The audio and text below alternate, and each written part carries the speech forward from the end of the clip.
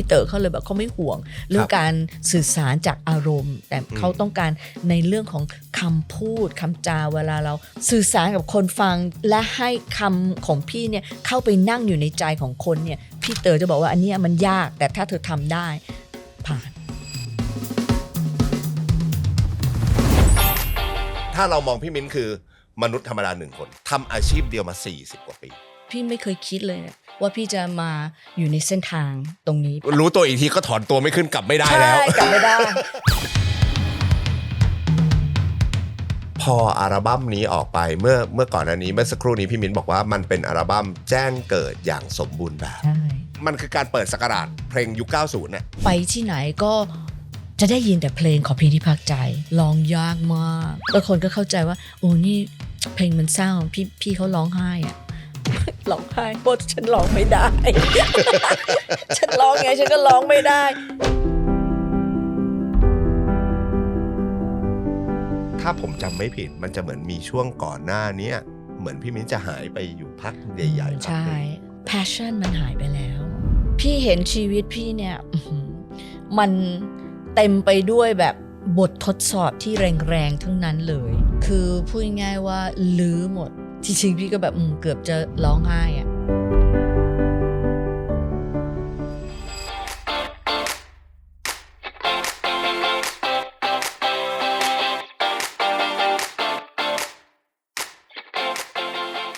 แต่หมายถึงว่า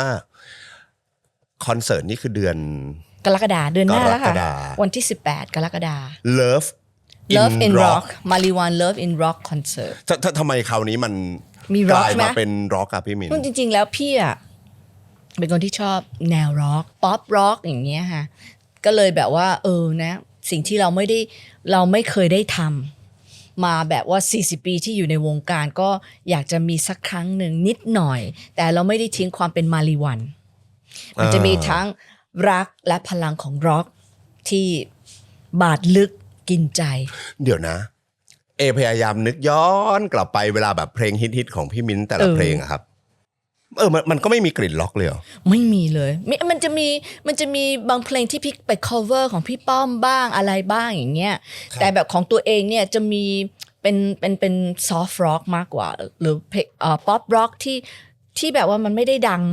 มากขนาดนั้นไม่แล้วพอมันจะมาเป็นคอนเสิร์ตครั้งนี้มันหมายถึงว่าดนตรีจะถูกเรียบเรียงใหม่อยู่ภายใต้เพลงของพี่มิ้นใช่ว้าวใช่ถูกเรียบเรียงใหม่แต่ว่ามันไม่ได้เป็นร็อกหมดเลยนะคะมันจะมีทั้งแบบไอกลิ่นมาริวันเดิมก็ยังมีอยู่แต่ดนตรีก็ arrange ใหม่ด้วยแล้วก็มีความเป็นร็อกไอกลิ่นของร็อกเข้ามาผสมผสานแสดงว่าผมจะได้เห็นพี่มิ้นใส่ชุดหนังไม่แน่หรอก มันไม่ถึงขนาดนั้นผมอยากรู้ว่าอย่างทุกวันนี้ครับพี่มิ้นผมใช้คำว่างานโชว์ของพี่มิ้นเฉลี่ยต่อเดือนเยอะไหมครับงานคอนเสิร์ตงานร้องเพลงอะไรเงี้ยมีบ้างปรับปลายยังไงเดือนนึงคือจริงๆอ่ะพี่อ่ะ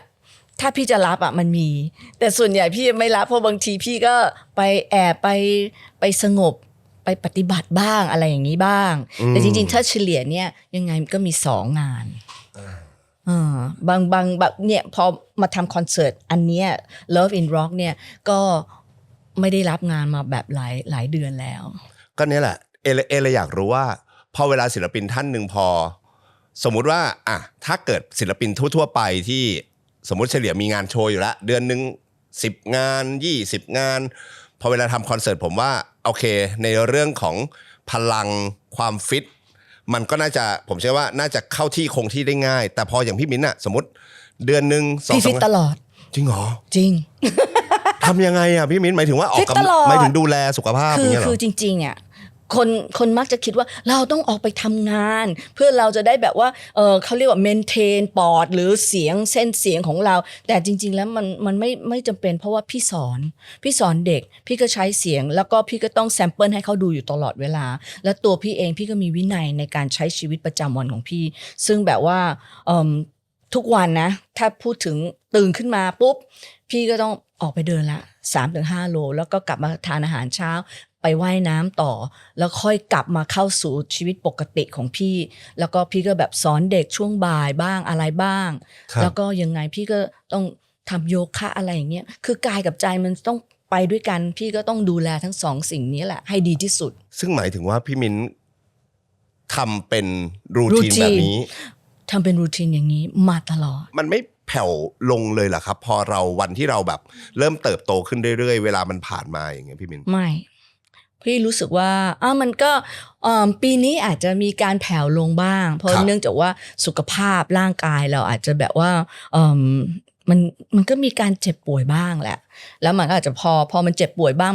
ก็คือเราต้องพักการพักก็คือเราไม่ได้มีโอกาสแบบออกกำลังกายหนักๆหรืออะไรเงี้ยก็ทุกอย่างต้องเบาหมดแต่ว่าเรื่องของเส้นเสียงการดูแลเสียงการดูแลเขาเรียกว่าการออกเสียงของเราแล้วก็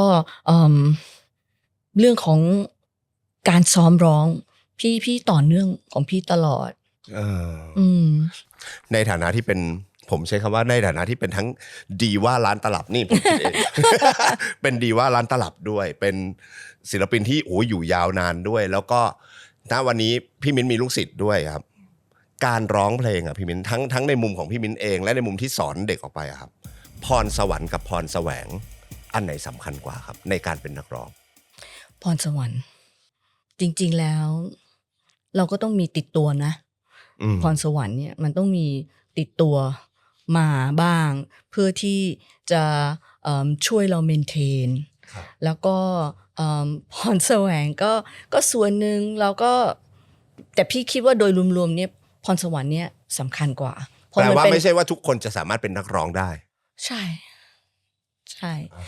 เพราะว่านักร้องเนี่ยในความคิดของพี่นะมันมีหลายระดับมากคุณร้องเพลงได้คุณร้องเพลงเป็นคุณร้องเพลงดีเยี่ยมดีเลิศมันจะเป็นสเต็ปของมันคนที่ไม่มีพรสวรรค์เขาก็อาจจะฝึกได้แต่เขาก็อาจจะไม่ได้ไปถึงดีเยี่ยมก็ได้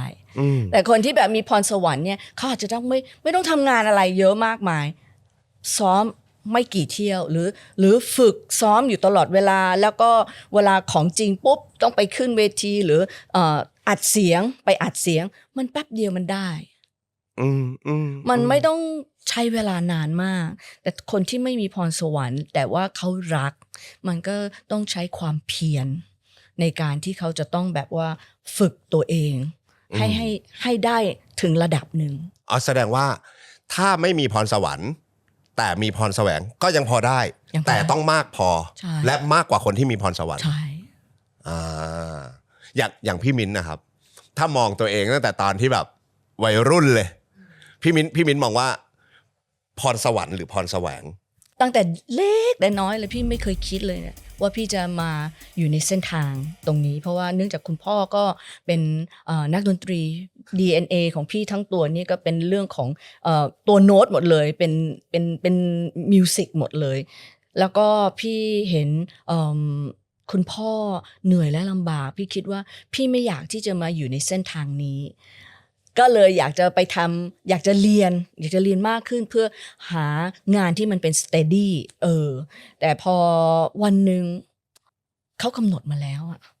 แล้วก็เลยทำงานตั้งแต่เล็กแต่น้อยประมาณ11 12 13ก็เริ่มทำงานแล้วก็รู้ณตอนนั้นก็เลยรู้ว่าเนี่ยมันคือพรสวรรค์ที่เรามีนะเรามีจีนส์มี DNA ตรงนี้ที่แบบว่าเขาก็คงส่งมาแต่พี่ก็ไม่ได้คิดอะไรมากนะก็แค่คิดว่าทำยังไงที่จะแบบว่าดูแลคุณพ่อได้และดูแลค่าใช้จ่ายที่จะจ่ายค่าเรียนของเราที่เราจะต้องแบบส่งตัวเองพูดง่ายแสดงว่าพี่มิ้นก็คือตอนช่วงเด็กๆเนี่ยคือได้ทำงานไปด้วยและเงินที่ได้ก็คือส่งตัวเองเรียนด้วยล่ะใช่ด้วยการร้องเพลงด้วยการร้องเพลงตอนนั้นพี่ที่ร้องเป็นเรื่องเป็นราวเนี่ยก็น่าจะเริ่มต้นที่โรงแรมมนเทียนพี่อายุประมาณ14 15 16ระหว่างนี้ค่ะแล้วก็เรียนด้วยเรียนก็ไม่ตกเพราะว่าเราบริหารเวลาเป็นงานนั้นทำไมอยู่ๆได้เข้าไปร้องที่มนเทียนมันเกิดจากว่าจริงๆไปออดิชั่น ช่วงหนึ่งที่โรงแรมดุสิตก่อนดุสิตเนี่ยจะเป็นที่แรกโรงแรมดุสิตเป็นที่แรกและพี่ก็ชวนเพื่อนอีกคนหนึ่งจริงๆเรามีคณะของเราที่ชื่อว่า Sugar Trio จะมีเพื่อนอีก2 คนแต่ว่าไปที่โรงแรมดุสิตปีนั้นมันเป็นช่วงคริสต์มาสแล้วก็เขาก็กำลังอยากจะได้แบบว่าความพิเศษของคริสต์มาสนี่เราจะอยากได้อะไรขึ้นมาพี่ก็ไปออดิชั่นกับเพื่อนก็ไปร้องพวกเราเล่นกีตาร์กันแล้วก็ร้องประสานเสียงกันแล้วก็พอผ่านออดิชั่นเขาก็เลยจ้างเราเป็นคอนแทรค3 เดือน6 เดือนอะไรเงี้ยพอหมดคอนแทรคมันก็หมดไปแล้วพอไปสมัครต่อที่มนเทียนอันนี้ก็คือยาวเลยเราก็อยู่ที่นั่นยาวเลยแล้วยังได้ร้องกับ Sugar Trio อยู่ไหมฮะลองกับ Sugar Trio ก็ยังเป็นคณะวงนี้อยู่แต่ว่ามันจาก3 คนก็จะเหลือ2 คนเพราะเพื่อนอีกคนนึงเขาก็ต้องไปเรียนเมืองนอกก็เลยมีเรา2 คนแล้วก็ทำงานไปช่วงนั้นซึ่งยุคนั้นนะครับอันนี้ต้องบอกคนดูที่อาจจะไม่ทันซึ่งผมก็ไม่ทันนะไม่ต้องตกใจอะไรกัน ผมก็ไม่ทันแต่ผมอยากรู้อย่างนี้พี่มินยุคนั้นเท่าที่ผมเคยสัมภาษณ์พี่ๆมาทั้งหมดเนี่ยไม่ได้ร้องเพลงไทยเลยใช่ไหม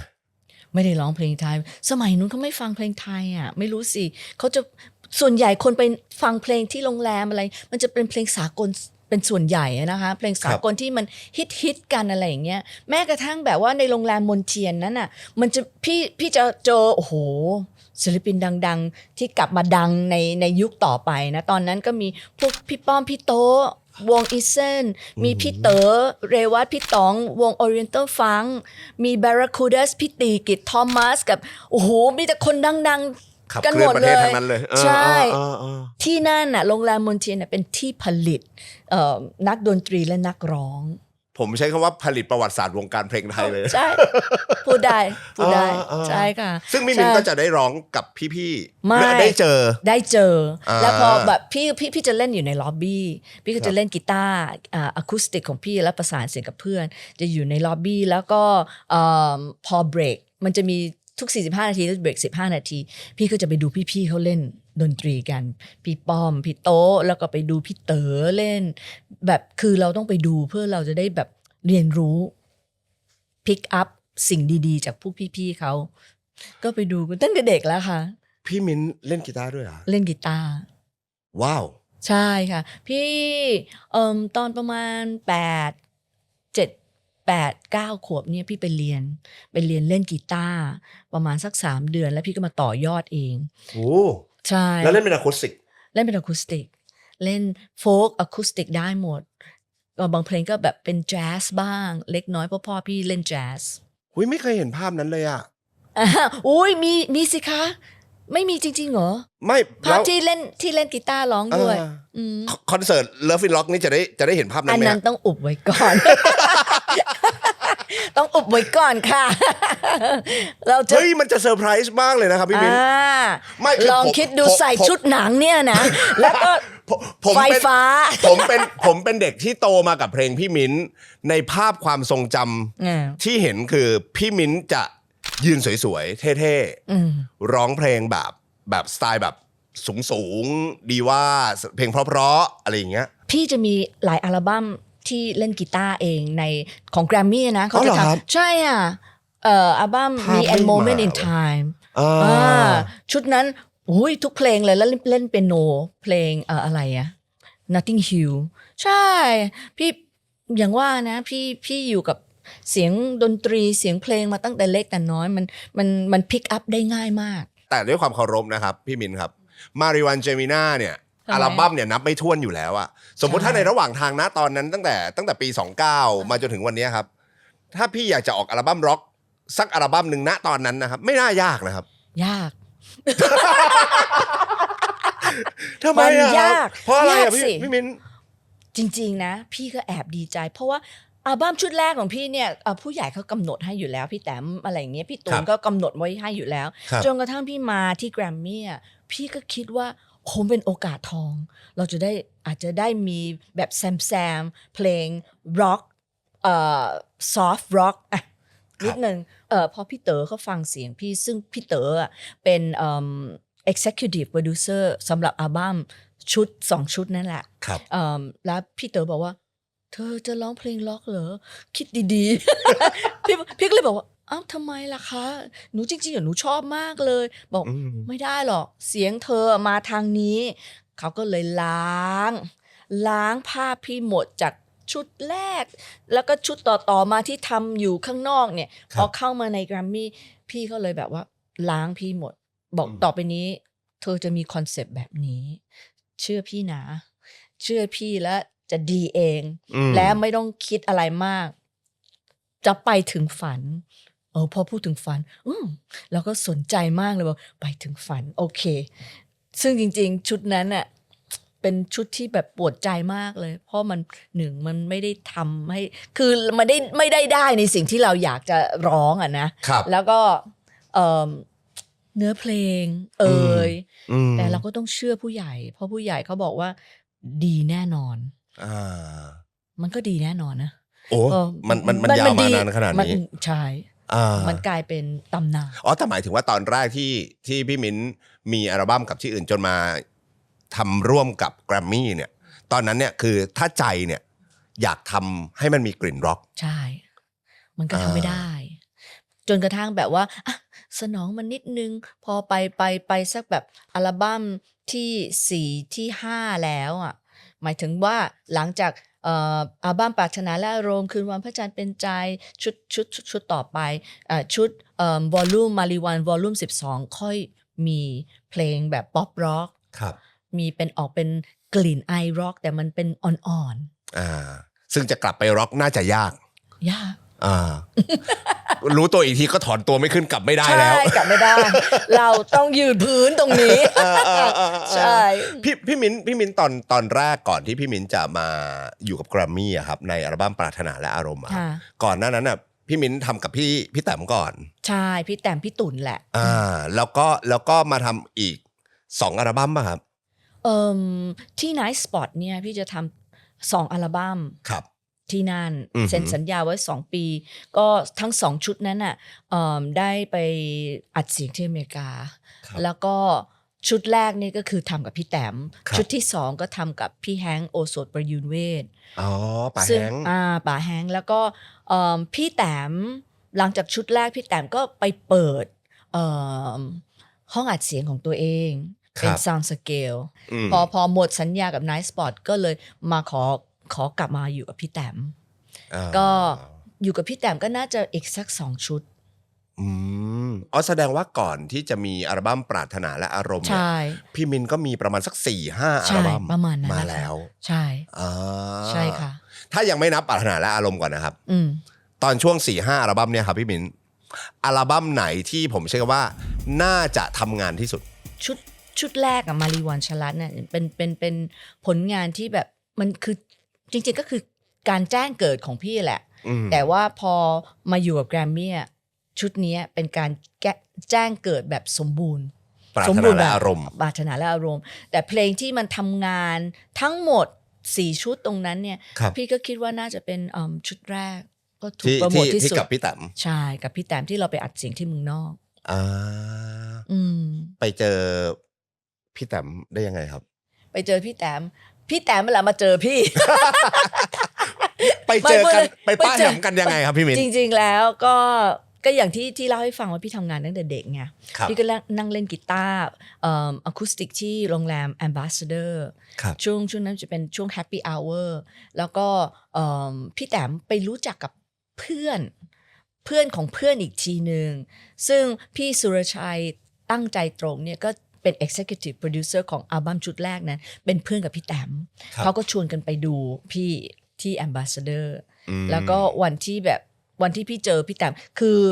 ได้ข่าวว่าพี่แต้มมันจะมาหาที่ล็อบบี้เนี่ยแหละพี่ก็บอกโอ้พี่ก็ดีใจแล้วก็รู้จักพี่แต้มจากในปกเทปนะตอนนั้นมันเป็นเทปใช่ไหมคะรู้จักพี่แต้มแต่ว่าก็คิดว่าพี่แต้มจะต้องแบบแต่งตัวเฟี้ยวฟ้าวมากเลยมาอะไรอย่างเงี้ยพอแบบว่าพี่แต้มเดินมาเขาบอกเนี่ยพี่คุณชลัดเขาเชิญให้ไปนั่งคุยที่โต๊ะบอกเหรอมาแล้วเหรอโอเคพี่ก็ดีใจพอไปปุ๊บพี่ก็ตกใจบอกไหนอะ ไหนอะมองข้ามเลยไหนอะไม่คิดไงเพราะพี่แต้มตอนนั้นเขาทำงานธนาคารเขาทำงานแบงก์อยู่อะหน้าแว่นเขาก็หนาตึก เน็กไทก็ใหญ่มากแล้วแบบไม่เหมือนในปกเทปเลย แล้วพี่ก็รู้สึกว่าเฮ้ยใครอ่ะแล้วจนกระทั่งเพื่อนพี่ชายเป็นคนบอกว่านี่ไงพี่แต้มชลัดเพิ่งโอ้โหพี่ตกใจเลยแบบแล้วพี่เขาก็กระทักพี่บอกว่านี่เธอสนใจมาทำอัลบั้มไหมบอกคิดอยู่ในใจบอกว่าสนใจแต่แบบว่าเขาดูไม่ใช่เป็นนักดนตรีไม่ใช่เป็นอะไรเงี้ย จะมาขายเราหรือเปล่าเอาเราไปขายหรือเปล่าหรืออะไรหรือเปล่า แต่ว่าแต่มาวันนั้นคือสไตล์แบบสไตล์ salaryman เลยไม่ใช่ซาลิแมนอย่างเดียวดูเป็นอาเซียเป็นอะไรประมาณอย่างนั้นอ่ะจริงเหมือนอาเซียจับเด็กเลยเราก็แบบอุ้ยเรารู้สึกไม่น่าไว้ใจว่ะแล้วเราก็ตอนนั้นพี่ก็อายุยังน้อยอยู่พี่ก็อายุประมาณ19เนี่ยพี่ก็รู้สึกแบบเฮ้ยยังไงก็แบบสนใจแต่ไม่คิดว่าเขาจะพูดเรื่องจริงบอกว่าเนี่ยถ้าสนใจเนี่ยพี่ถามเขาพี่ถามพี่แต้มบอกว่าพี่แต้มที่จะไปทำอัลบั้มเนี่ยเราจะร้องเพลงอะไรแบบไหนก็ร้องเพลงไทยสิบอกอุ้ยหนูไม่ถนัดนะเพราะว่าเนี่ยร้องแต่เพลงสากลมาตลอดเลยไม่เคยร้องเพลงไทยพี่ก็เลยพี่แต้มก็เลยบอกว่าไม่เป็นไรหรอกเดี๋ยวสอนให้สบายมากบอกอ๋อเหรอเนี่ยเราจะไปอัดที่อเมริกาพี่หูผึ่งเลยบอกหุยขายต่างชาติด้วย บอกอุ้ยตายแล้วเอาแล้วค้ามนุษย์ข้ามชาติมาแล้วตอนนั้นเอายังไงดีเนี่ยพี่ก็เลยบอกอุ้ยพระเจ้าได้ยังไงเนี่ยไปถึงอเมริกาเลยเหรอบอกใช่เราจะไป make history เขาบอกไป make history พี่ก็คิดอยู่ใจถ้าไปถึงต่างประเทศฉันต้องเอาป้าฉันไปด้วยยังไงก็ขายทั้งหลานทั้งป้าแล้วกัน สรุปแล้วไหนๆก็ลำบากเป็นคู่ไปแล้วกันอย่างนั้นก็มีเพื่อนว่ายังช่วยกันไงพี่ก็เลยบอกก็ไม่คิดยังคิดว่าวันนั้นที่คุยกันยังคิดว่าพี่แต้มแบบพูดเล่นหรือเปล่าเนี่ยพอนัดกันอีกครั้งหนึ่งพี่ก็แบบเอาพี่ตุ่นมาแล้วก็มานั่งคุยกันว่าเนี่ยเราจะเอาเนี่ยมือกีตาร์ระดับโลกแลรี่คาร์ตันเราจะเอามือแซกโซโฟนที่เป่าเก่งที่สุดคือเออร์นี่วัตเอาสารพัดนักดนตรีที่มีชื่อเสียงมารวมกันอยู่ในอัลบั้มชุดนี้พี่ก็เลยบอกว่าว้าวมันน่าจะเป็นอีกหนึ่งประสบการณ์ที่ดีเพราะพี่ก็เป็นคนที่แบบใฝ่อยากเรียนรู้ด้วยเพราะว่าไปอัดเสียงกับคนทวีปนั้นเขาทำกันยังไงเพราะเราก็รู้อยู่แล้วว่าคนทวีปนี้ทำงานยังไงอยู่แล้วพอไปตรงนู้นแล้วมันก็เป็นอีกหนึ่งประสบการณ์ที่เห็นว่าคำว่า perfectionist มันมีจริงแล้วก็แบบว่าคุณจะไม่เชื่อเลยนะคุณเอจะบอกให้ว่าเขาจะกางสกอร์แต่ละคนคือนักดนตรีในส่วนใหญ่ในประเทศเราเนี่ยเวลาอัดเสียงเขาจะอัดไปทีละลายมือกีตาร์เปียโนกลองอะไรก็อัดเป็นทีละที่นั่นไม่เขาจะนั่งอยู่ในห้องสตูดิโอแบบนี้แหละแล้วก็มือกีตาร์มือเบสมือเปียโนมืออะไรอย่างเงี้ยกลองทุกอย่างจะรวมกันอยู่แล้วก็เขากางโน้ตปุ๊บแล้วก็นับ1 2 3เล่นเหมือนเราไปนั่งฟังอยู่ในผับแต่มันเป็นดนตรีที่เขาอัดเสียงแล้วแบบว่างงมาก2 ถึง 3เทคจบคือเป็นการอัดทุกชิ้นพร้อมกัน yes มันแล้วลองคิดดูสิว่ามันต้องซ้อมขนาดไหนหรือทุกคนต้องเป๊ะมากขนาดไหนอ่ะมันก็เลยรู้สึกว่าแบบเฮ้ยพวกนี้มันไม่ใช่แค่อาชีพแต่ว่ามันเป็นแบบว่ามันเป็นคนที่มันแบบว่าเป็นศิลปินจริงๆใช่เป็น perfectionist ซึ่งมันไม่มีแม้แต่แบบจะเพี้ยนโน้ตไม่มีบอร์ดตรงไหนเลยกีตาร์เบสทุกอย่างแบบริทึมทุกอย่างจังหวะเป๊ะหมดเลยพี่แบบโหขนลุกมากเลยพี่บอกมันเราดีใจนะดีใจที่พี่แต้มชวนให้มาอัดเสียงถึงที่นี่เพราะว่าเราได้เรียนรู้แล้วไอ้คอรัสของเขาเนี่ยก็เป็นนักร้องที่ร้องอยู่ในห้องอัดเสียงเนี่ยแหละบอบบี้คัตเวลกับชารอนและอีกคนนึงโอลิเวียเขาเข้าไปในห้องถึงเขาไม่ได้ร้องเนื้อเพลงเขาก็ฮูฮาแต่บอกว่าเดี๋ยวลายนี้ฉันเอาลายนั้นฉันเอาลายนี้โอเคพอเข้าไปปุ๊บ2เทคจบบ้านเรามันไม่มีแบบนั้นไงในยุคนั้นบ้านเรามันยังไม่ได้เป็นแบบนั้นเอาดนตรีให้มันคอมพลีทที่สุดก่อนใช่ซึ่งเขาใช้เวลาน้อยมาก คนที่ใช้เวลามากคือพี่ ผมก็เลยจะบอกภาพตัดกลับมาพี่มิน พี่ใช้เวลานานหน่อย แล้วก็พี่แต้มด้วยเราเป็นคนปิดจ็อบแล้วก็มิกเสียงพี่น่าจะกลับมาก่อนไม่ได้รอเขามิกเสียงพี่กลับมาก่อนกับคุณป้าแต่ว่าเรื่องการถูกหลอกอะไรหายไปแล้ว พอเห็นนักดนตรีปุ๊บพี่รู้เลยนี่ของจริงมาอัดเสียงมาทำงานจริงโอ้โหแล้วอัลบั้มชุดนั้นก็ถือว่าเป็นอัลบั้มแจ้งเกิดที่พี่มินบอกใช่ถือว่าทำให้คนรู้จักมีเพลงฮิตในยุคตอนนั้นใช่เพราะมีเธอนี่ดังในยุคนั้นเพลงในอัลบั้มนั้นที่ดังมาจนถึงวันนี้น่าจะมีเพลงเพราะมีเธอที่ร้องคู่กับพี่แต้มมีเพลงเพราะมีเธออันนี้คือออริจินอลเหรอครับใช่ค่ะโอ้ขนลุกเลยนี่คือออริจินอลคือพี่กับพี่แต้มไปร้องเพลงนี้ที่อเมริกาแล้วก็เพลงอีกเพลงหนึ่งก็คือเพลงที่พี่แต่งนึกถึงฉันพี่มินแต่งเองด้วยพี่แต่งเองแต่ว่าพี่แต่งเป็นภาษาเนื้อภาษาฝรั่งภาษาอังกฤษพี่แต่งก็มาแปลเป็นภาษาไทยแสดงว่าพี่มินเองเนี่ยตั้งแต่ผมใช้คำว่าตั้งแต่เริ่มมาเป็นนักร้องเริ่มทำงานเนี่ยคือทำได้ทั้งเบื้องหน้าและเบื้องหลังค่อนข้างคอมพลีทร้องได้เล่นดนตรีได้แต่งเพลงได้ว้าวใช่แต่ว่าส่วนใหญ่พี่จะใช้ชีวิตอยู่ข้างหน้ามากกว่าที่จะมาอยู่เบื้องหลังคนก็เลยไม่ค่อยรู้ใช่โห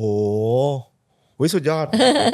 ผมเพิ่งรู้อันนี้เป็นความโง่บัดซบของผมเองไม่หรอกค่ะที่แบบว่าไม่เพราะผมเคยมีโอกาสได้ยินเพลงเพราะมีเธอหมายถึงว่าโอเคแหละในพวกที่มันเป็นใน Spotify ในอะไรอย่างเงี้ยเราเคยได้ยินครับแต่ว่าผมจะได้ยินบ่อยเวลาที่ผมมีโอกาสได้เจอกับพี่แต้มหรือเวลาพี่แต้มให้เกียรติมารายการเนี่ยพี่แต้มจะร้องครับแต่ว่าแต่ไม่เคยรู้เลยว่าออริจินอลคือพี่มิ้นใช่พี่กับพี่แต้มไปฟังนะครับเพลงโคตรเพราะเพลงนี้โคตรดีโหแล้วมันทำงานมาตลอดเลยเนาะ40 ปี40 ปีทำงานมาตลอดจริงๆพี่มิ้นแล้วมันก็เหมือนดูโกอินเตอร์ผมใช้คำว่าการทำเพลงเส้นทางการเป็นศิลปินพี่มิ้นณตอนนั้นมันก็เหมือนสวยงามมากๆกับพี่แต้มอยู่แล้วอะแบบอย่างเงี้ยมันก้าวมาสู่การทำงานกับพี่เต๋อเรวัตได้ยังไงครับกับแกรมมี่ก็จริงๆก็พี่แต้มนำร่องไปก่อนก็อัลบั้มชุดทั้งรู้ก็รักก็อยู่ที่แกรมมี่พอแกเข้าไปปุ๊บพี่ก็ยังอยู่กับพี่แต้มนะอย่างพี่แต้มพี่ตุ่นเนี่ยแล้วก็พอพี่แต้มเข้าไปปุ๊บเขาก็เลยแบบว่าแนะนำเอาอัลบั้มชุดต่อไปชุดของรุ่นน้องๆก็จะมีพี่ตุ๊กวิยดาอะไรเงี้ยไปพี่ก็เลยเข้าไปอยู่ในแกรมมี่ได้แต่ว่าก็ยังอยู่ในทีมของเคลฟอยู่ก็ยังอยู่ในการดูแลของพี่แต้มกับพี่ตุ่นอยู่ใช่แต่เข้าไปอยู่ในบริษัทคือตอนนั้นคือแกรมมี่คือแกรมมี่แล้วก็พี่เต๋อก็เป็น executive producer ซึ่งแกก็จะลงมาดูแลอัลบั้ม2 ชุดนี้ถูกเปลี่ยนแปลงอะไรบ้างครับในความเป็นมาริวันเจมิน่าตอนนั้นคือพูดง่ายๆว่าลื้อหมดวิธีการร้องวิธีจริงๆพี่ก็แบบเกือบจะร้องไห้อะเพราะว่าการร้องของพี่สมัยก่อนเนี่ยตั้งแต่ชุดพี่แต้มชุดมาริวันชลัดเนี่ยมันไม่ได้ถูกกำหนดเราร้องทำนองมันก็ไปด้วยกับทำนองแต่ว่าพอเข้ามาอยู่ในแกรมมี่ที่นี่แกรมมี่จะเป็นที่เขาแบบว่าเขาจะเน้นเรื่องการร้องแบบมีการสื่อสารกับคนพี่ก็เลยแบบว่าต้องเปลี่ยนลื้อหมดเลยวิธีการร้องซึ่งยากไหมยากมากขอความรู้หน่อยได้ไหมครับคำว่าการร้องที่ต้องสื่อสารกับคนมันคือการสื่อสารเนี่ยบางทีแบบเวลาเราร้องเพลงเนี่ยเพลงสากลบางทีมันไม่ได้สื่อสารอะไรมากมายมันก็คือโน้ตนั้นคำนั้นมันก็แค่นี้มันก็แบบ Have I told you lately that I love you มันก็ธรรมดาแต่ถ้ามันเป็นภาษาไทยปุ๊บเนี่ยมันจะต้องมีหนักมีเบามีคำสั้นคำยาวอะไรอย่างเงี้ยซึ่งวิธีการร้องมันต่างกันมากแล้วแบบพี่ต้องทำการบ้านเยอะมากเลยแล้วก็แต่พี่เต๋อก็เป็นพี่ที่แบบสุดยอดอยู่แล้วแกน่ารักมากแกจำได้ว่าแกอุตส่าห์ไปร้องเดโมไกด์ให้พี่อัลบั้มชุดนั้นน่ะเกือบ เกือบทั้งชุดเลยอะประ ป มาณ รารถนาและอารมณ์เนี่ย ปรา นะ รถนาและอารมณ์ บอกว่าเธอไปฟังนะไปทำการบ้านแล้วมาฟัง แล้วเดี๋ยวอีก2 อาทิตย์เราจะอัดเสียงกันเขาก็ให้เวลาพี่ ครับ แล้วพี่ก็บอกว่าเฮ้ยร้องยังไงแล้วก็ไม่เข้าใจว่าร้องยังไง พอเข้าไปอัดเสียงปุ๊บก็บอกว่ายังไม่ได้นะ ก็เลยแบบยังไม่เข้าใจไงก็เข้าใจว่าคำนี้โน้ตนี้มันก็ร้องตรงแล้วนี่แต่มันไม่ใช่ มันเป็นเรื่องของการที่เราอาจจะต้องบิดคำหรืออาจจะต้องคำหนึ่งอาจจะต้องมี2 โน้ตหรือคำหนึ่งจะต้องยังไง พี่แบบโอ้โหมึนมากพูดง่ายๆว่าอัดเสียงอาทิตย์นั้นที่เข้าไปพี่มึนแล้วพี่แบบรู้สึกเหมือนจะทำไม่ได้ แต่พอมันเริ่มที่จะแบบเห็นทางแล้วอ่ะพี่เต๋อเลยบอกเข้าใกล้ละแต่ยังใกล้ละอีกสักพักหนึ่งพอผ่านมาอีก2 วันพอได้ปุ๊บพี่ก็ไปเลยคราวนี้เริ่มแบบจากที่คลานก็ค่อยๆลุกขึ้นยืนแล้วค่อยเดินแล้วค่อยวิ่งแล้วคือหมายถึงว่าถ้าพอไอตอนแรกที่มันหาจุดอะหายาก แต่ถ้ามันเจอแล้วเนี่ยมันเจอแล้วพี่ไว อ่า พี่จะไวเลย พี่จะเก็ตเลย เพลงแรกในอัลบั้มนั้นที่พี่มิ้นร้องแล้วจำได้ไหมครับจำได้ก็ขอเพียงที่พักใจไงร้องยากมากก็คนก็เข้าใจว่าโอ้นี่เพลงมันเศร้าพี่เขาร้องไห้อะร้องไห้เพราะฉันร้องไม่ได้ ฉันร้องไงฉันก็ร้องไม่ได้ ไม่ได้แบบว่าเนื้อหาสั้นหรืออะไรแบบว่าทำไม่ได้อะทำไมมันทำไม่ได้แล้วก็เลยบอกพี่ว่าพี่ไม่เข้าใจอ่ะทำไมทำไม่ได้อ่ะบอกว่าได้สิตั้งใจบางทีคำหนึ่งอ่ะซ้ำอยู่นั้นอ่ะเป็นแบบ30 เที่ยวอ่ะแล้วสมัยก่อนอัดเสียงมันไม่ใช่แบบมีอีดิทเจาะนู่นเจาะนี่พันช์นู่นพันไม่มีนะมันต้องร้องเป็นทั้งเวอร์ส4 บรรทัดบางทีแบบอะไรอย่างเงี้ยแล้วแบบนึกออกไหมแบบใน3-4 บรรทัดนั้นบางทีอารมณ์มันดีอ่ะแต่ว่ามีแค่คำเดียวที่เป็นตัวมะเร็งอ่ะนึกออกไหมพี่เลยรู้สึกว่าต้องมาสร้างทั้งอารมณ์แล้วก็ต้องจำให้ได้ว่าคำนี้มันต้องบิดคำยังไงให้มันได้แต่เรื่องของอารมณ์พี่คงมีมานานของพี่อะนะพี่เต๋อเขาเลยแบบเขาไม่ห่วงเรื่องการสื่อสารจากอารมณ์แต่เขาต้องการในเรื่องของคำพูดคำจาเวลาเราพูดวิธีการออกเสียงที่จะแบบสื่อสารกับคนฟังและให้คำของพี่เนี่ยเข้าไปนั่งอยู่ในใจของคนเนี่ยมันบอกว่าพี่เต๋อจะบอกว่าอันนี้มันยากแต่ถ้าเธอทำได้ผ่านยาก แค่ฟังยังยากเลยครับยากจนกระทั่งพี่น่าจะตอนนี้พี่น่าจะเป็น specialist แล้วล่ะ เพราะเราแบบว่าฝึกตัวเองจนแบบว่าโอ้โหไม่พอฟังนี่ขนาดแค่แบบการเริ่มต้นเลยรู้แล้วว่าชีวิตพี่ไม่มีอะไรง่ายหรอกคุณมันไม่ง่ายเลยเนาะไม่ง่ายแต่มันก็คุ้มค่าที่สุดถูกไหมครับ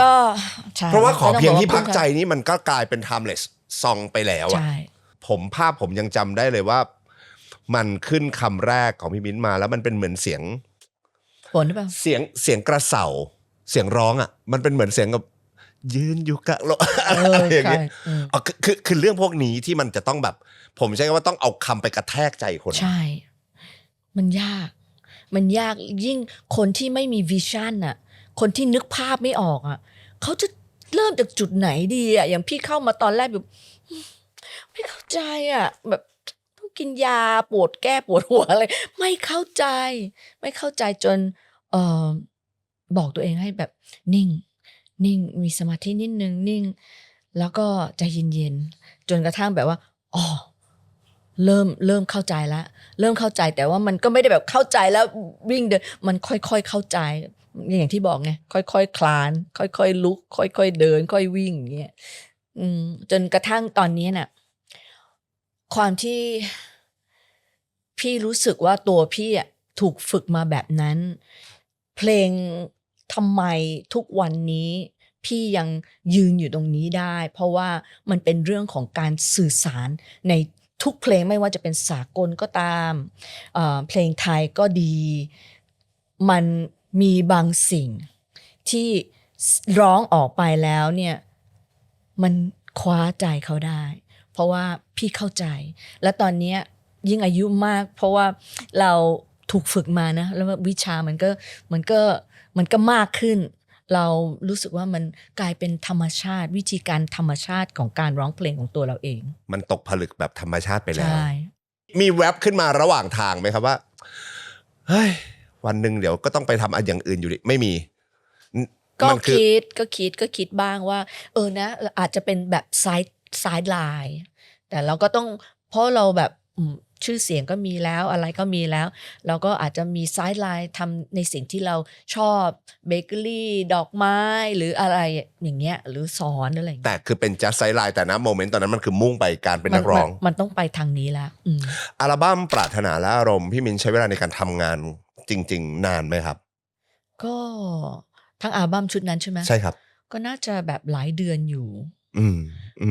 6-8 เพราะว่าพี่ตุ่นแกก็เรื่องดนตรีแกก็เป็นคนที่แบบว่าละเอียดมากต้องการให้แบบแกฟังแกทุกวันว่าตรงนี้ต้องเปลี่ยนต้องแก้ไขอะไรไหมก็นั่นแหละประมาณนั้นแหละแล้วเขาก็กำหนดว่านะปลายปี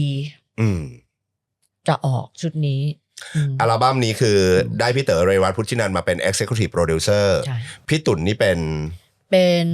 Produce มาเป็นใช่พี่ Producer Executive Producer คือพี่เต๋อแล้วก็ Producer คือพี่ปานสวงชุมสายนะอยุธยาแต่พี่ตุ่นจะมาดูแลเรื่องดนตรีใช่พี่ตุ่นจะมาดูแลเรื่องดนตรีพี่สวงเนี่ยเป็นคนแต่งทำนองขอเพียงที่พักใจนั่นคือที่มาพออัลบั้มนี้ออกไปเมื่อก่อนอันนี้เมื่อสักครู่นี้พี่มิ้นบอกว่ามันเป็นอัลบั้มแจ้งเกิดอย่างสมบูรณ์แบบใช่มันเกิดอะไรขึ้นครับกับอัลบั้มปรารถนาและอารมณ์หลังจากที่เสร็จวางแผงออกไปตอนแรกก็คิดว่ามันก็น่าจะเป็น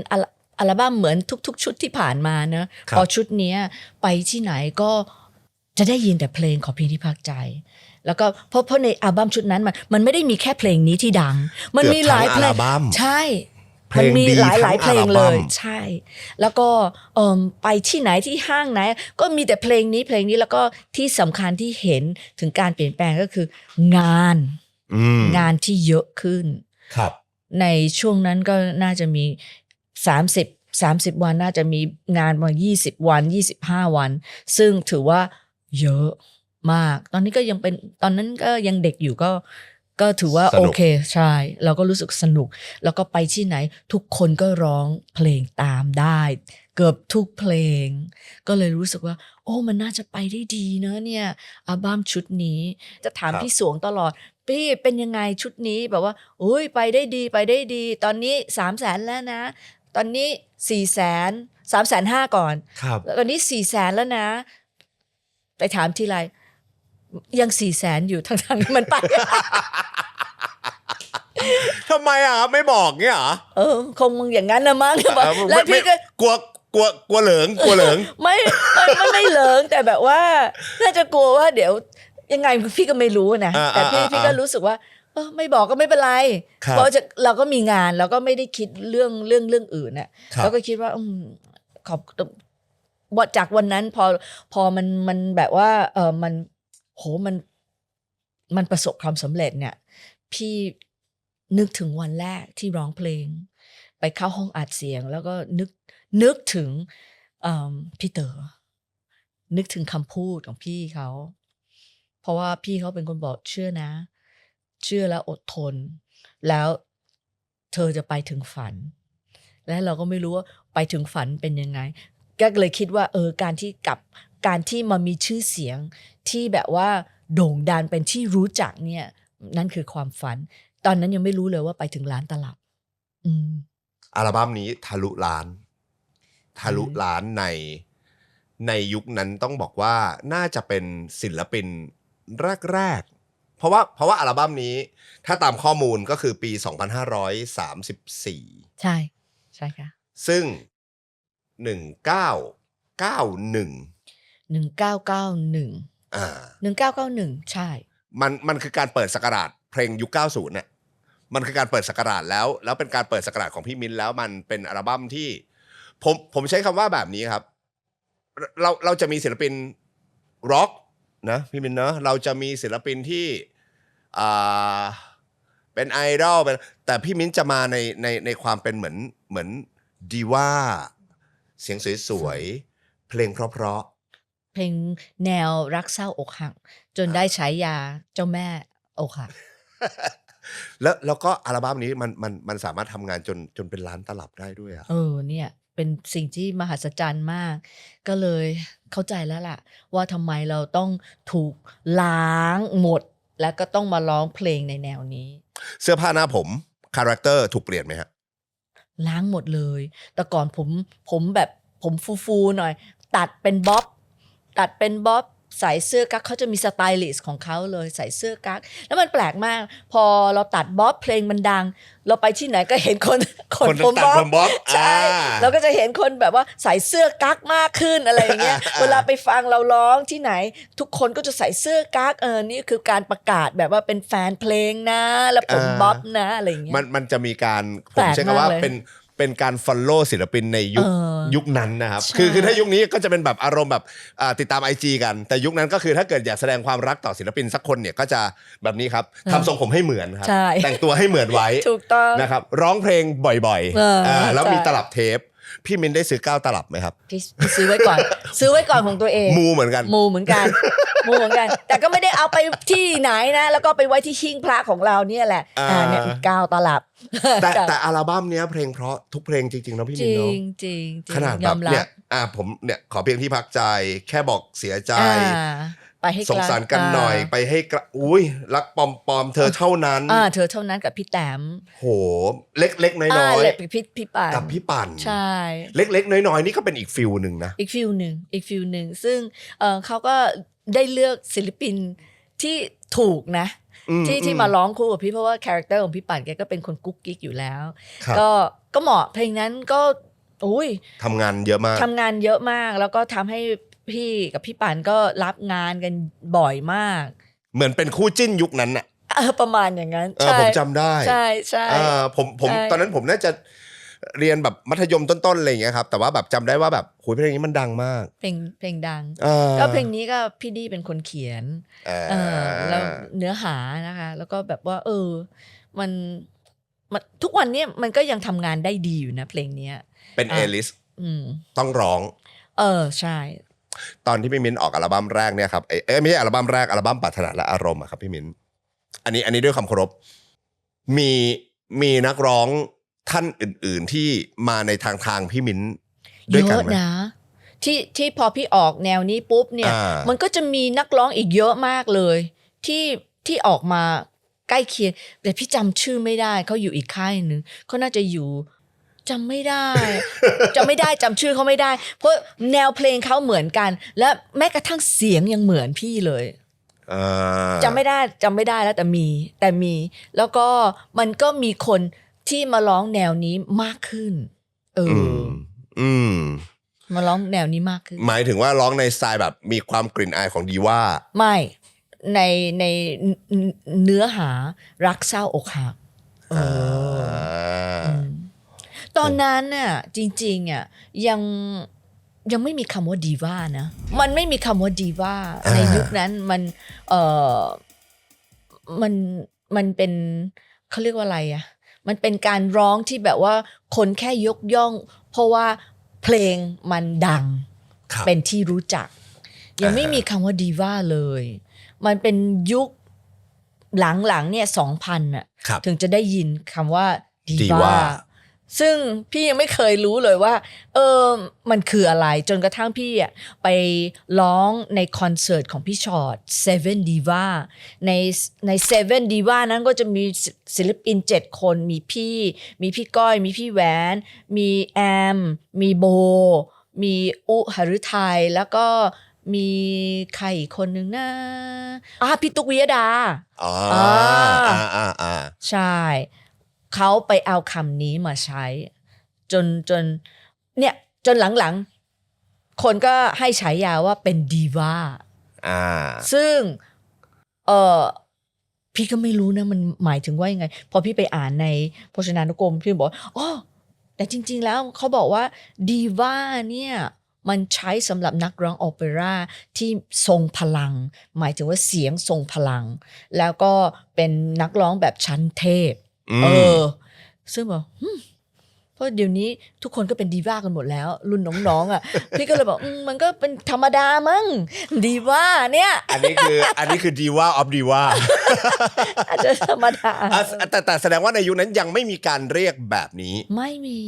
มีค่ะเขาวัดกันที่ผลงานเขาวัดกันที่เพลงที่ดังเราจะเป็นที่รู้จักหุ้ยคนนั้นไงเพลงนี้คนนู้นไงที่ดังเพลงนี้แต่ไม่เหมือนเดี๋ยวนี้บอกว่าอ๋อคนนั้นไงดีว่าและชื่อตามด้วยชื่อใช่ไหมตอนสมัยนั้นไม่มีสมัยปรารถนาอารมณ์ไม่มีก็คือแค่พี่มิ้นท์มาริวันก็คือพี่มิ้นท์มาริวันนี่แหละแต่หลังจากนั้นเนี่ยก็มีอัลบั้มออกมาชุดพี่ว่านะชุดคืนวันพระจันทร์เป็นใจเนี่ยอันเนี้ยพีคกว่าเยอะเลยมันอาจจะแบบว่าได้มากกว่าล้านตลับเท่ากับชุดแรกแต่เขาเรียกว่าเพลงที่ร้องไปอ่ะมันทำงานแรงมากเพราะว่ามันโอ้โหเพลงพวกนั้นพอรู้ว่าแนวทางเพลงพี่ร้องสามารถถ่ายทอดแบบนี้ได้พอมาเป็นชุดนี้ปุ๊บเนี่ยอย่างขอแค่ได้รู้หรือรู้ไหมทำไมพวกนี้เนื้อหามันจะแบบว่าลึกบาดลึกเข้าไปอีกดีฟมากดีฟก็เลยมันประสบความสำเร็จเพราะคืนวันพระจันทร์เป็นใจอ่ะอันนี้ก็เป็นอีกอัลบั้มหนึ่งในอัลบั้มถัดมาของพี่มินแล้วก็ผมใช้คำว่าก็ทะลุล้านเหมือนกันใช่แต่อาจจะด้วยอย่างที่พี่มิ้นบอกนะเพราะพออัลบั้มแรกมันเห็นทางมันเห็นแล้วว่าคาแรคเตอร์มันจะไปแบบนี้พออัลบั้ม2คือซัดให้หนักเลยหนักกว่าเดิมมันถึงแบบว่าคือเขารู้ทางแล้วล่ะว่าไปอย่างนี้ได้แล้ว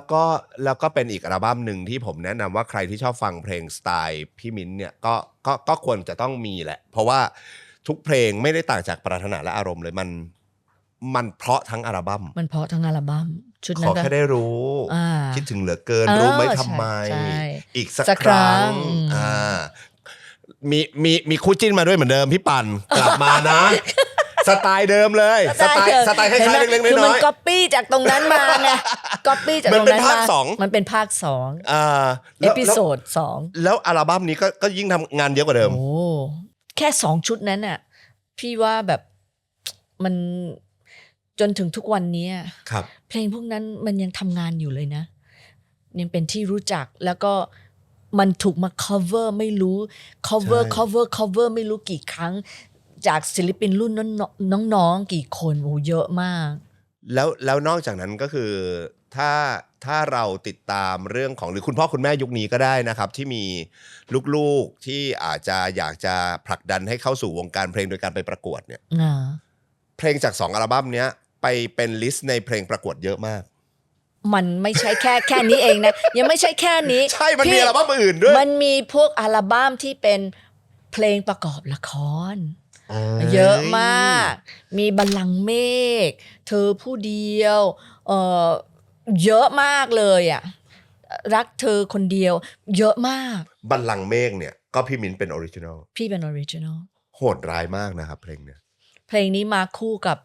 ปรารถนาและอารมณ์พอพี่อัดเสียงตรงนั้นเสร็จคุณบอยเอ็กแซกก็เชิญให้ไปร้องตอนนั้นมันไม่ใช่เป็นละครเวทีแต่มันเป็นหนังเลยเป็นละครทีวีบัลลังก์เมฆก็ให้พี่ไปร้อง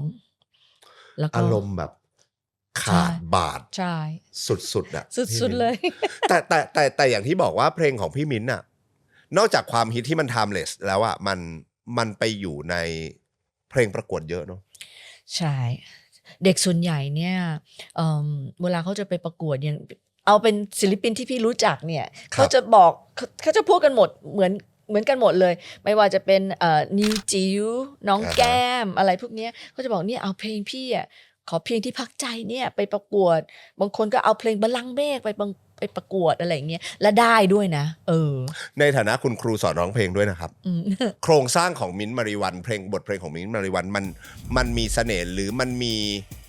มีสกิลอะไรอยู่ในนั้นพี่มิ้นคือมันถูกดีไซน์ให้แบบว่าคนมีสกิลร้อง ถ้าต้องการร้องแบบสมบูรณ์แบบเนี่ยมันต้องใช้สกิล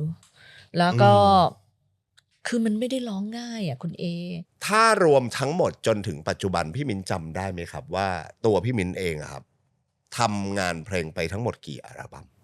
จริงๆอ่ะทำเยอะมากเลยแล้วพี่จำนับไม่ถ้วนแต่ว่ามีน้องที่เป็นแฟนเพลงแล้วก็เขาเป็นencyclopedia ของมารีวันเลยเขาบอกว่าพี่เนี่ยมีอัลบั้มทั้งหมดเนี่ยประมาณ48หรือ28พี่ไม่แน่ใจนะครับแต่ว่ามันเป็นอัลบั้มรวมถึงฟีเจอริงกับคนอื่นด้วยเอามารวมกันเพลงประกอบละครที่ไปฟีเจอร์กับคนนั้นคนนี้รวมแล้วประมาณนี้ค่ะก็คือเป็นทั้งสตูดิโออัลบั้มของพี่มิ้นมีทั้งอัลบั้มที่พี่มิ้นเอาเพลงศิลปินท่านอื่นเอากลับมา cover ใช่ค่ะมีอัลบั้มรวมฮิตมีอัลบั้มละครถูกทั้งหมด40 กว่าอัลบั้มใช่เยอะพี่มิ้นเคยเหนื่อยกับการร้องเพลงไหมครับจริงๆไม่ได้เหนื่อยกับการร้องเพลงเหนื่อยกับปัญหาของตัวเองมากกว่านั่นน่ะสิ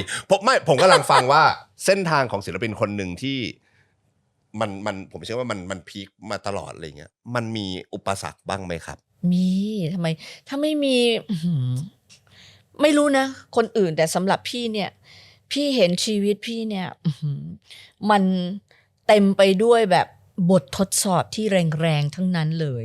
แต่พี่ว่าบททดสอบพวกนั้นน่ะมันมีบทเรียนแล้วก็มันมีบางสิ่งอย่างที่ทำให้มันมีบางสิ่งอย่างที่ทำให้วิธีการร้องของพี่เนี่ยมันเข้าถึงอารมณ์ได้ง่ายคนบอกว่าพี่มิ้นท์ต้องมีแบบรักช้ำเยอะมากเลยบอกเปล่าเลยแต่พี่มีบททดสอบชีวิตเยอะมากแล้วก็ไม่ได้เหนื่อยจากการร้องเพลงเลยนะแต่ว่าเหนื่อยจากปัญหาต่างๆที่เราจะต้องแบบจัดการและแก้ไขมันด้วยตัวเราเองเลยคิดว่าอารมณ์ตรงนั้นน่ะที่เราแบบมันเหนื่อยมันลำบากมันต้องอึดอดทนฝันฝ่าอุปสรรคต่างๆมันเลยเอามาใส่ในการร้องเพลงในแนวเนี้ยออกมาได้แบบได้ชัดมากแล้วคนฟังแล้วมันเข้าถึงเขาได้ง่ายยิ่งเราพูดแค่2 บรรทัดเขาก็รู้สึกแล้วสุดยอดนะครับ ปัญหาที่เจอผมจะไม่ลงดีเทลว่ามันเป็นปัญหาอะไรแต่ผมแค่อยากขอความรู้พี่บินว่าเวลาเจอปัญหาแก้ด้วยอะไรครับสมัยก่อนก็อาจจะเป็นแบบว่าสมัยก่อนกับสมัยนี้มันต่างกันนะโอเคเอาเป็น2เรื่องสมัยก่อนสมัยก่อนพี่ก็อาจจะต้องแบบว่ามันวิธีแก้ก็คืออาจจะต้องแบบไปพูดไปคุยไปบ่นไปอะไรแล้วก็ให้เพื่อนๆช่วยกันคิดว่าจะต้องแก้ยังไงหรือยังไงแต่เดี๋ยวนี้พี่มีความรู้สึกว่าจริงๆทุกปัญหาเนี่ยมันเป็นเรื่องปกติที่ชีวิตเราเนี่ยจะต้องเจอแล้วก็ตัวเราเนี่ยแหละจะต้องเป็นคนที่แบบว่านิ่งให้พอใช้สติให้เยอะมีสมาธิในการวิเคราะห์แล้วก็จัดการลำดับ1 2 3 4พี่ละกลายเป็นคนนิสัย1 2 3 4พี่จะต้องมี1 2 3 4ตลอดเพราะว่านี่คือวิธีการที่เราจะแก้ปัญหาและวิชาที่พี่ได้มาจากการที่ได้ไปอบรมสภาพจิตใจในการฝึกปฏิบัติของพี่เนี่ยมันช่วยพี่เห็นความสุขมากขึ้นความสุขมากขึ้นจากอะไรความสุขมากขึ้นจากการที่เราสามารถวางความคิดจริงๆคนเรามันทุกข์เพราะเราคิดเยอะเพราะมันมีแต่ความคิดที่มันวิ่งอยู่ตลอดเวลาแล้วก็มันก็เป็นความคิดบางครั้งมันก็สอดแทรกอารมณ์กับความคิดเข้ามาแล้วมันทำให้แบบความคิดเนี่ยมันใหญ่ขึ้นแล้วจนเราควบคุมตัวเองไม่ได้การฝึกของพี่นี่คือพี่ต้องนั่งนิ่งๆปล่อยวางถามว่าปล่อยวางง่ายไหมมันอาจจะไม่ง่ายแต่ถ้าเราฝึกการปล่อยอยู่ตลอดเวลาด้วยความนิ่งของเราเราก็อาจจะแบบว่าทำความว่างนั้นได้มากขึ้นและเราจะเห็นใจเราเบาสำคัญคือถ้าเรารู้สึก ถึงความเบาได้เมื่อไหร่เนี่ยเราจะเติมความสุขให้กับตัวเองได้แต่มันยากไหมอาจจะยากแต่ทุกอย่างมันต้องอยู่ที่การฝึกเราต้องฝึกจิตใจให้เราเบาและสบายและเราเติมความสุขถ้าเราเติมความสุขได้แล้วเราจะอยู่กับความสุขได้นานขึ้นซึ่งความสุขมันไม่ได้อยู่กับเราตลอดเวลาหรอกเพราะเรายังต้องคิดแต่สิ่งเหล่านี้คือพี่มินได้จากการที่ไปปฏิบัติธรรมด้วยใช่ค่ะแสดงว่าก่อนหน้านั้นก็ร้อนพอสมควรหมายถึงว่าร้อนในใจร้อนในใจแล้วก็มันแบบโอ้โหมันบางทีมันมาถึงจุดที่มันตันมากๆบางทีก็คิดว่าเฮ้ยมันอาจจะถึงช่วงเคราะห์กรรมที่เราอาจจะต้องตายหรือจะต้องอะไรหรือเปล่าแต่มันก็ไม่เคยตายสักทีเราก็ต้องอยู่แบบสุกๆดิบๆอย่างเงี้ยจนกระทั่งแบบว่าฉันจะไม่ยอมอีกต่อไปฉันจะต้องสู้และฉันจะต้องทำให้ได้เพราะว่าชีวิตพี่เนี่ยมันอาจจะลำบากแต่ล้มแต่ไม่ยอมล้มแต่ไม่ยอมที่จะล้มพี่จะต้องล้มแล้วต้องลุกล้มแล้วต้องสู้เพราะว่าทุกคนน่ะมีสิทธิ์ที่จะล้มได้มันเป็นเรื่องปกติแต่ล้มแล้วอย่าลืมที่จะต้องลุกนะเพราะว่าพรุ่งนี้อาจจะเป็นวันของเราก็ได้ฟังแบบนี้มันผมใช้คำว่ามันเป็นแฟกต์ที่ตกผลึกจริงๆนะแต่ว่ากว่าจะคิดได้อย่างเนี้ยต้องผ่านอะไรมาบ้างอะก็นี่ไงเพลงของพี่ไง ถ้าผมจำไม่ผิดมันจะเหมือนมีช่วงก่อนหน้านี้เหมือนพี่มิ้นจะหายไปอยู่พักใหญ่ๆพักนึงก็คือกำลังไปจัดการกับความทุกข์เหล่านี้เราทุกข์เพราะใจของเราเองเราก็ไปจัดการเรื่องใจของเราแล้วถามว่าช่วงเวลานั้นน่ะที่ไม่ทำงานที่ดูแล้วแบบมีอีเวนต์มาผู้จัดการก็จะบอกว่าพี่เขาไม่อยู่มันกลายเป็นแบบว่าแม้แต่งานก็ไม่สนจริงๆแล้วถามว่าเสียดายไหมไม่เสียดายหรอกเพราะวันนี้เนี่ยไม่มีอะไรจะทำให้พี่แย่ได้อีกแล้วจำได้ครับเพราะว่าก่อนหน้านี้คือต้องบอกคนดูก่อนว่าก่อนหน้านี้ผมทำรายการทัพผจญเพลงเนาะแล้วก็เราเคยผมเชื่อว่าอยากมีโอกาสให้พี่มิ้นมาร่วมผจญเพลงมาร่วมในรายการมากๆตั้งนานแล้วนะครับแล้วก็ติดต่อไปก็จำได้เหมือนกันก็จะแบบพี่มิ้นยังไม่สะดวกเห็นไหมนึกแล้ว มันจะเป็นคำพูดแบบนี้แหละรออยู่นานมากครับแต่เราก็รอด้วยความแบบความหวังอะว่าแบบเอานะเดี๋ยวพี่เขาพร้อมเราทำรายการให้เราดีไว้เดี๋ยวพี่เขาพร้อมเขาคงจะมาให้เกียรติเรามาสักครั้งแสดงว่ามันก็คือการรอความพร้อมในตัวของพี่มิ้นเองด้วยเหมือนกันในการที่จะกลับมาร้องเพลงอีกครั้งนึงถูกต้องค่ะถูกต้องพี่มิ้นเคยผมใช้คำว่าเคยเบื่อการร้องเพลงบ้างไหมครับในเมื่อเราร้องมา40 ปีคือถ้าพูดถึงผมเปรียบเทียบแบบนี้พี่มิ้นเราพูดถึงคนทำงานสักอาชีพหนึ่งนะคนทำงาน1อาชีพเนี่ยสมมุติเราเริ่มต้นสักประมาณอายุ20ต้นเรียนจบแล้วเราทำงานเนี่ยเราก็จะมีวันเกษียณตอนประมาณสัก60ซึ่งในระหว่างทางเกษียณสัก30-40 ปีของมนุษย์1คนน่ะบางคนที่ทำงานอ่ะมันก็จะเปลี่ยนอาชีพหรือเปลี่ยนบริษัทหรือเปลี่ยนใดๆไปตามแต่จังหวะของชีวิตแต่พี่มิ้นเป็นผมเชื่อว่าถ้าเรามองพี่มิ้นคือมนุษย์ธรรมดา1คนทำอาชีพเดียวมา40 กว่าปีเคยเบื่อกับมันบ้างไหมครับก็เอาจริงๆนะจริงๆเลยเอาจริงๆนะก็บอกตรงก็ช่วงที่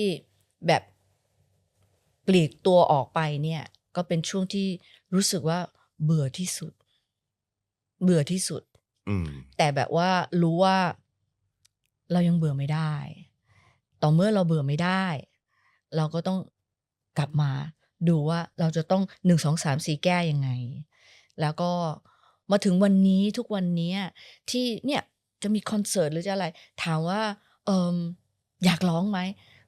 มันถึงต้องมี strive ไง strive คือแบบว่ามันต้องมีแรงจูงใจว่าเราจะทำไมแปลว่าเราชอบอะไรจริงๆจะบอกว่าชอบไม่ชอบแต่ว่ามันเป็นเรื่องที่ว่าเรารู้ว่าเรากำลังทำในสิ่งที่จะเกิดประโยชน์จะทำเราจะให้ความสุขให้ความสุข ให้กับคนอื่นการให้ของเราเนี่ยมันมีคุณค่าฉะนั้นยังมีอีกหลายคนที่ยังรออยากฟังเราก็ต้องทำให้เต็มที่ฉะนั้นเพราะว่าทุกวันเนี้ยพี่จะบอกพูดตรงๆเลยนะพูดแบบจริงเลย passion มันหายไปแล้ว passion ในด้านของแบบความอยากความอะไรอ่ะความยึดความหลงความอะไรเนี้ย passion ในสิ่งเนี้ยมันไม่มีแล้วมันเลยต้องมีแรงจูงใจว่าเรากำลังทำเพื่อสิ่งนี้เพื่อให้สิ่งดีๆเกิดขึ้นแล้วก็เพื่อให้ความสุขคืนกับทุกๆคนเพราะว่าการที่พี่อ่ะได้มายืนอยู่ตรงนี้เนี่ยก็มันมาจากแฟนเพลงคนที่แบบรักคนที่อยากฟังพี่คนที่มีแต่ความปรารถนาดีทุกคนแบบอยากมีแต่ความรักที่ให้พี่เลยบอกว่าพี่ยังต้องอยู่เพื่อให้สิ่งนี้กับทุกคนแต่อาจจะไม่ได้อยู่ตลอดไปค้ำฟ้าแต่ว่าในช่วงเวลาที่เราคิดว่าเรายังพอที่จะมีแรงยังทำได้เราอยากจะคืนอยากจะขอบคุณทุกคนอันนี้ฝากคนดูนะอันนี้อย่าใช้คำว่ามันคือการโปรโมทหรืออะไรเลยเพราะว่าพอฟังมาแบบเนี้ยการที่เราจะหาคอนเสิร์ตดีๆมีความตั้งใจในตัวศิลปินแล้วเพลงมันเพราะเดินทางกับเรามาอยู่กับชีวิตเรามาไม่รู้กี่สิบปีอะผมว่าไม่ง่ายอะไม่ง่ายอะ18 กรกฎาคม18 กรกฎาคม18 กรกฎาคม UOB Live นะครับแล้วก็จะขายบัตรเนี่ยคือวันที่14 มิถุนายน14ทางไทยทิกเก็ตเมเจอร์ใช่ค่ะนะครับไม่เคยเห็นพี่มิ้นใส่ชุดหนัง ก็ลองไปลุ้นดูว่าจะใส่หรือเปล่า ไม่เคยเห็นพี่มิ้นเพอร์ฟอร์มดนตรี ก็ต้องลองไปลุ้นดู แต่ผมเชื่อว่าทุกเพลงที่จะอยู่ในคอนเสิร์ตวันนั้นเนี่ยมันน่าจะเป็นเพลงที่พี่มิ้นคัดมาแล้วแหละว่าเป็นเพลงที่อยากจะขอบคุณทุกคนใช่เพราะว่าพูดง่ายๆว่าลิสต์เพลงทั้งหมดพี่เป็นคนวางหมดเลยครับวางเพลย์ลิสต์เองและทุกอย่างพี่เป็นคนจัดการหมดอันนี้ก็เหมือนกันยังไงก็คิดว่าน่าจะเป็นอีกหนึ่งคอนเสิร์ตที่ทุกคนไม่ควรพลาดโดยเฉพาะคนที่เป็นแฟนเพลงพันธุ์แท้ของมาริวันทุกคนแหละเอาขนาดผมมาฟังเพลงพี่มิ้นท์น่ะอันนี้ยอมรับกันก่อนนะ ผมฟังเพลงพี่มิ้นท์ครั้งแรกไปขโมยเทปพี่สาวมาพี่สาวเขากรี๊ดมากนี่ถ้าเขารู้วันนี้นี่เขาแบบเขาด่าผมไม่ชวนมากนะ เขากรี๊ดมากแล้วผมไปขโมยเทปมาฟังแล้วผมก็แบบโหยชอบมากแล้วภาพติดตาของผมก็คือ MV เพลงขอเพียงที่พักใจแหละครับที่แบบฝนตกอะไรอย่างเงี้ยแล้วแบบโหยแบบรักแล้วก็ตามพี่มิ้นมาโดยตลอดอะไรอย่างเงี้ยครับแล้วก็รู้สึกว่าคอนเสิร์ตครั้งนี้นอกจากอย่างที่บอกไปทั้งหมดแล้วแถมมันจะเป็นดนตรีใหม่ที่มันมีกลิ่นอายของความเป็นร็อกใช่ค่ะเข้ามาโคตรน่าดูเลยครับคอนเสิร์ตนี้โคตรน่าดูก็หวังว่าจะเจอคุณเอด้วยนะคะเจอครับเดี๋ยวจะซื้อบัตรมีราคาเท่าไหร่เนี่ยเดี๋ยวนะผมดูก่อนมี 7,000 มี 7,000 5,000 4,500 4,000 3,500 และ 2,000 ค่ะคุ้มแน่ไปดูเถอะขอบคุณมันด้วยนะครับสุดท้ายเอาจริงๆเพราะว่าผมต้องขอบพระคุณพี่มินมากๆแต่ว่าถ้ามันจะเป็นคำถามสุดท้ายเนี่ยเมื่อกี้เราคุยกันถึงว่าพี่มิ้นเคยมีการเบื่อร้องเพลงตลอด40ปีมาบ้างไหมพี่มิ้นทำเพื่ออะไรอย่างเงี้ยแล้วถ้าเกิดทุกวันนี้ถ้าถามพี่มิ้นว่าสิ่งที่ทำให้พี่มิ้นยังมีความสุขมากๆกับการร้องเพลงอยู่ครับสิ่งนั้นมันคืออะไรครับพี่มิ้นความสุขของพี่คือการที่พี่ได้เห็นคนอื่นเขามีความสุขแล้วก็ร้องตามเพราะมันเป็นภาพจำที่พี่เห็นมาตลอด40ปีแล้วก็นี่ก็คือสิ่งหนึ่งที่จะทำให้พี่มีความสุข18 กรกฎาคมจะเห็นภาพนั้นอีกครั้งหนึ่ง18 กรกฎาคมขอบคุณมากครับขอบคุณค่ะขอบคุณครับ